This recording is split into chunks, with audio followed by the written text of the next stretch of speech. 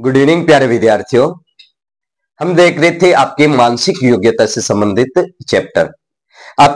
मैंने बताया था नवोदय में मानसिक योग्यता से संबंधित 80 में से 40 प्रश्न आते हैं, पूरे 40, और 40 प्रश्न है वो 10 टाइप के आते हैं। प्रत्येक टाइप के 4 प्रश्न आते हैं।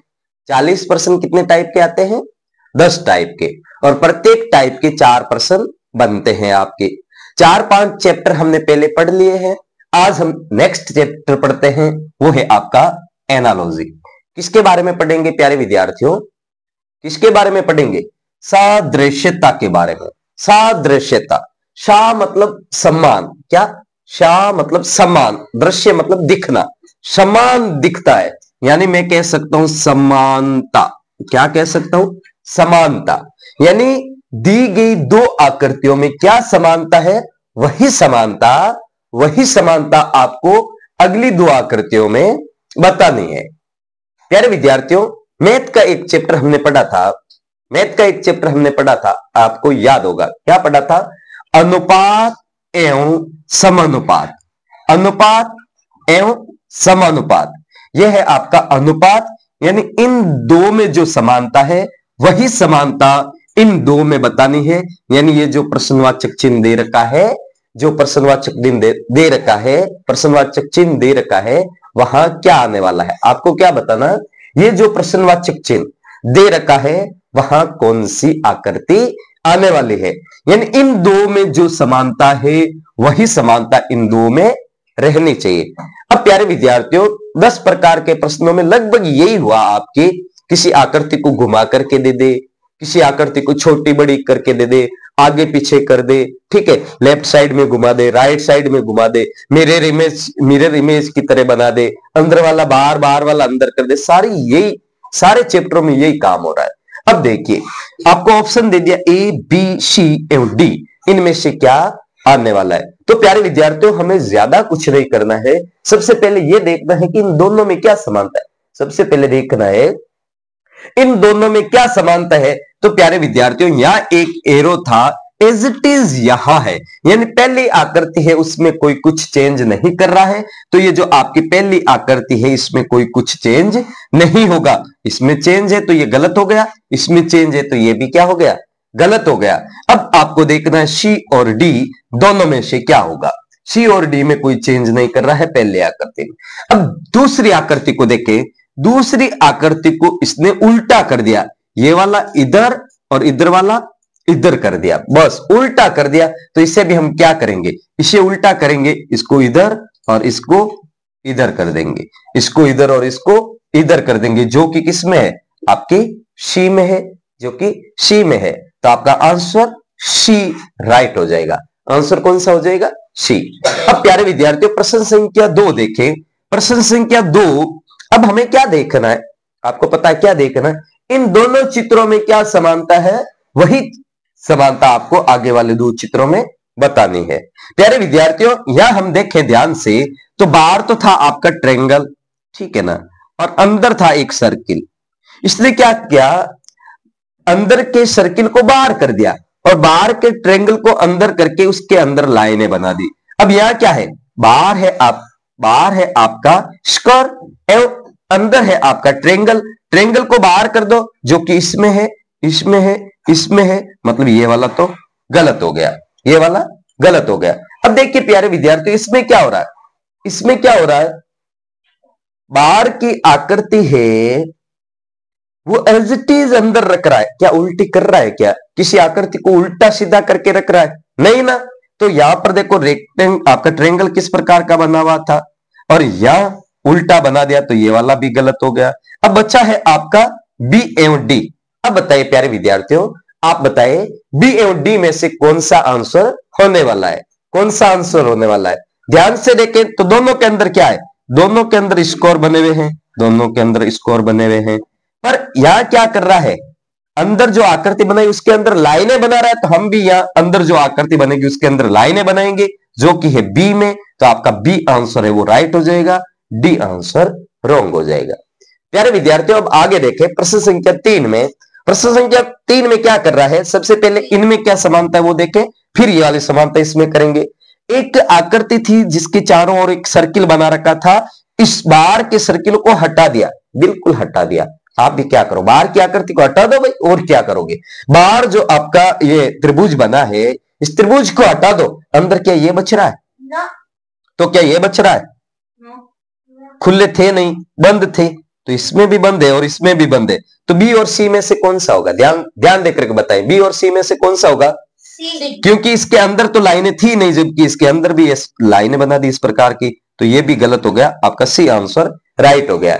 बस देखते ही पता चल रहा है आपको, देखते ही पता चल रहा है, और यकीनन मुझे आप लोगों पर विश्वास है कि नवोदय का एग्जाम जो 18 जनवरी को आपका होने वाला है, एक भी प्रश्न उसमें आपके इस मानसिक योग्यता वाले चैप्टर में से गलत नहीं होने वाला है, अगर आप ध्यान से करोगे तो। चलिए अगला प्रश्न देखते हैं, प्रश्न संख्या 4।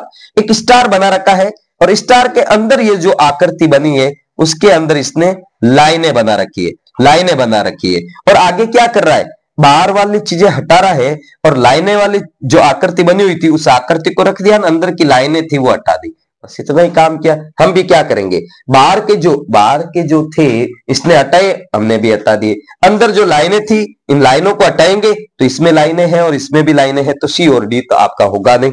अब बच्चा है आपका ए और बी, ए और बी, तो प्यारे विद्यार्थियों आप बताइए इन दोनों में से कौन सा होगा? ए, अच्छा ओम सिंह जी कौन सा होगा? बी होगा, बी बी बी, अच्छा बी होगा, ओम सिंह जी बोल रहे हैं कि बी होगा। प्यारे विद्यार्थियों ए में क्या कर रहा है, ए में इस आपके ट्रायंगल को उल्टा करके रख रहा है, जबकि या तो उल्टा सीधा वाला कोई झंझट था ही नहीं, इसलिए ए भी गलत हो गया, answer is B right, right answer हो गया बी। ओम सिंह जी आपका आंसर राइट हो गया। चलिए देखते हैं प्रश्न संख्या 5, प्रश्न संख्या 5 सॉरी प्यारे विद्यार्थियों, प्रश्न संख्या 5 में देखिए एक आपका स्कोर बना रखा है, स्कोर के अंदर इस आपके एंगल को इस एंगल से और इस एंगल को इस एंगल से मिलाने के लिए ये क्या बना रहा है, क्या बना रहा है? मैथ में हमने इस प्रकार की आकृति पढ़ी थी ओम सिंह जी, ये क्या बन रहा है? शाबाश, विकर्ण बन रहे ना, तो इस प्रकार के दो विकर्ण खींच दिए इसके अंदर, ये आपका पंचभुज है, 5 भुजाओं से बनने वाली आकृति है, तो इसके अंदर में कितने विकर्ण खींच रहा हूं यही तो बताना है, यही तो बताना है। चलिए डी में देखें, 1 और 2, दो ही विकर्ण बनेंगे क्या? यहां से मैं विकर्ण नहीं बना सकता हूं क्या? तो ये तो गलत हो गया। इसमें 1 और 2 क्या दो ही विकर्ण बनेंगे क्या? तो ये भी गलत। इसमें देखो 1 2 3 क्या 3 ही विकर्ण बनेंगे क्या? ये भी आपका गलत हो गया।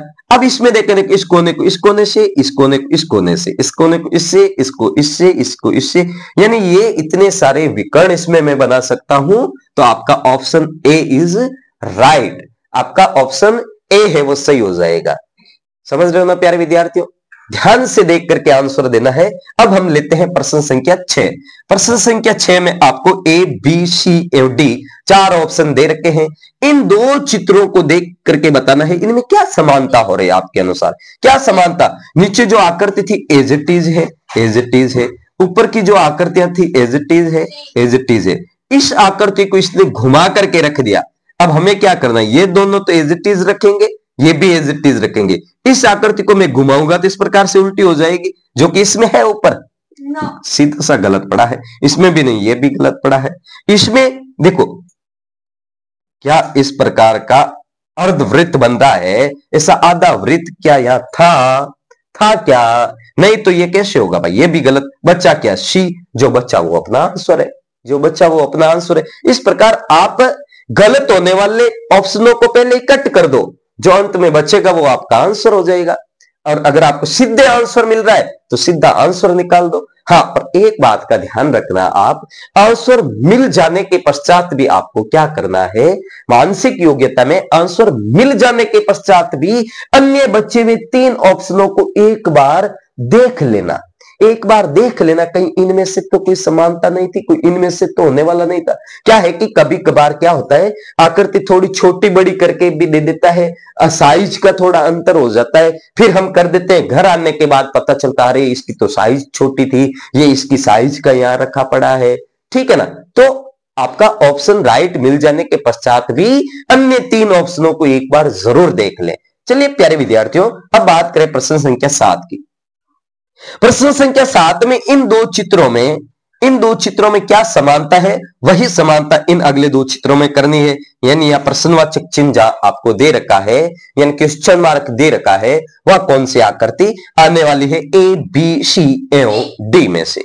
तो प्यारे विद्यार्थियों देखें क्या कर रहा है, कुछ नहीं, बाहर जो आकृति थी वो बाहर ही पड़ी है। चलो भाई ये बाहर था, इसको मैं बाहर ही छोड़ दूं, ये पड़ा बाहर। अंदर ऊपर जो आकृति थी वो ऊपर पड़ी है, चलिए इसमें ऊपर क्या था, ये था, ये पड़ा है ऊपर। नीचे वाली आकृति को उठा करके इसके अंदर रख दिया, इस नीचे वाले को उठा करके इसके अंदर रख दे, इस प्रकार की आकृति बन जाएगी, जो कि डी में है नहीं, जो कि सी में है नहीं। ए में तो उल्टा काम कर दिया तो बचा बी, तो बी आपका आंसर हो जाएगा, या आपके बी वाले आकृति आ जाएगी। अब प्यारे विद्यार्थियों 3 प्रश्न मैंने यहां लिखे हैं, प्रश्न संख्या 8, प्रश्न संख्या 9 एवं प्रश्न संख्या 10। प्यारे विद्यार्थियों इन तीनों प्रश्नों में मैंने ऑप्शन नहीं दिए हैं, वैसे आपको वहां ऑप्शन दिए हुए मिलेंगे, टेंशन मत लेना।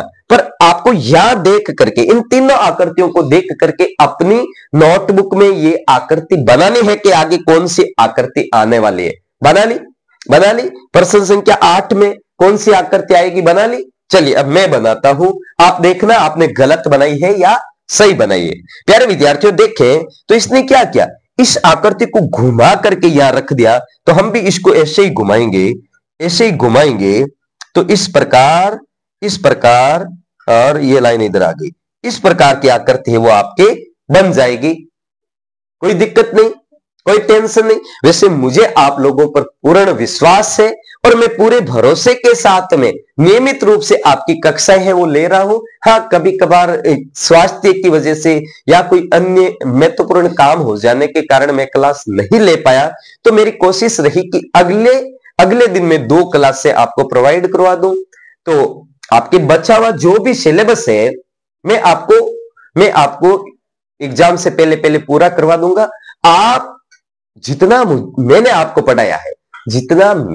पढ़ाया है उतने टॉपिक आप पूरे कंप्लीटली क्लियर कर लो, ठीक है ना।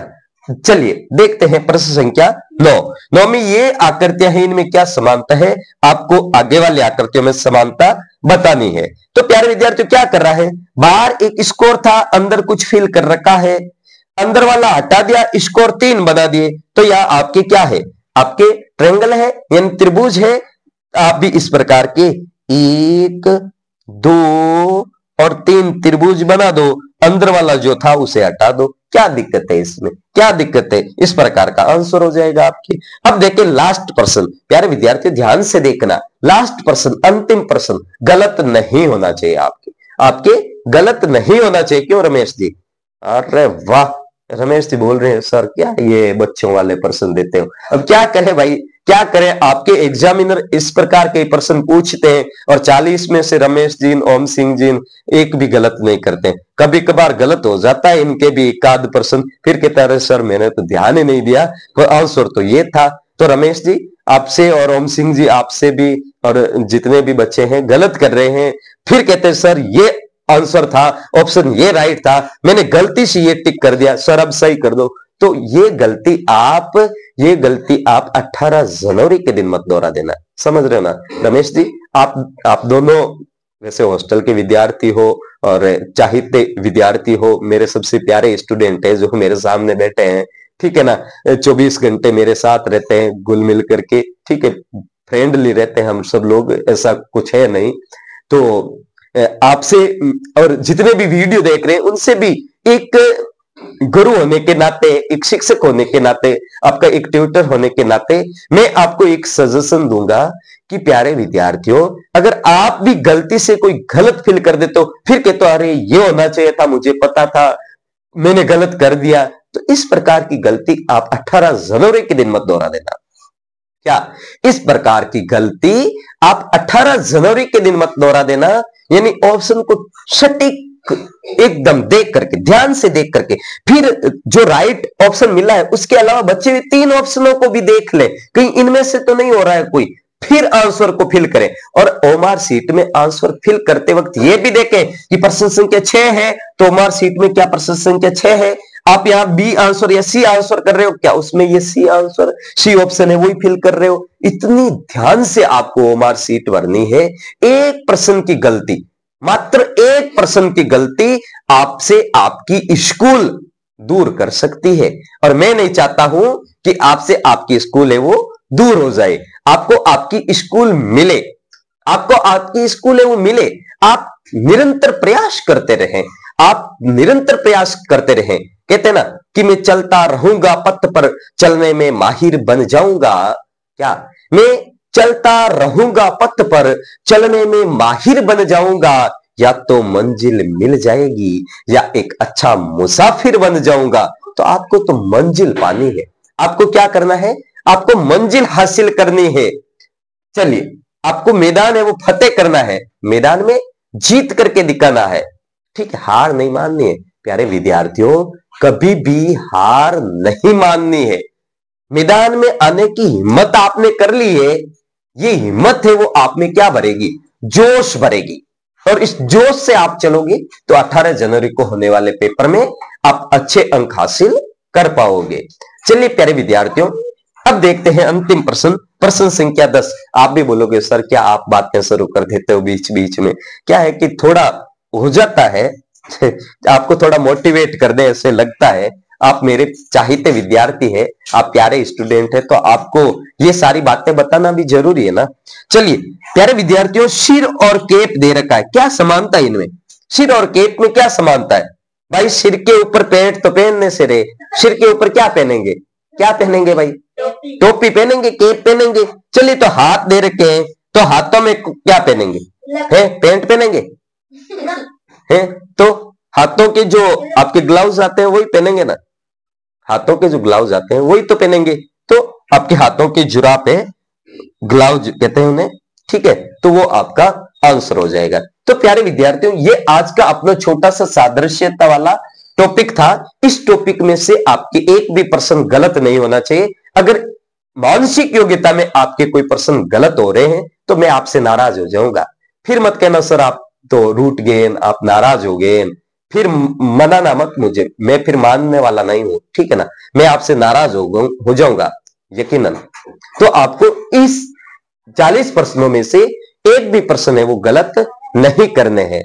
चलिए प्यारे विद्यार्थियों, फिर मिलते हैं अगली क्लास में, तब तक के लिए बाय बाय, गुड नाइट।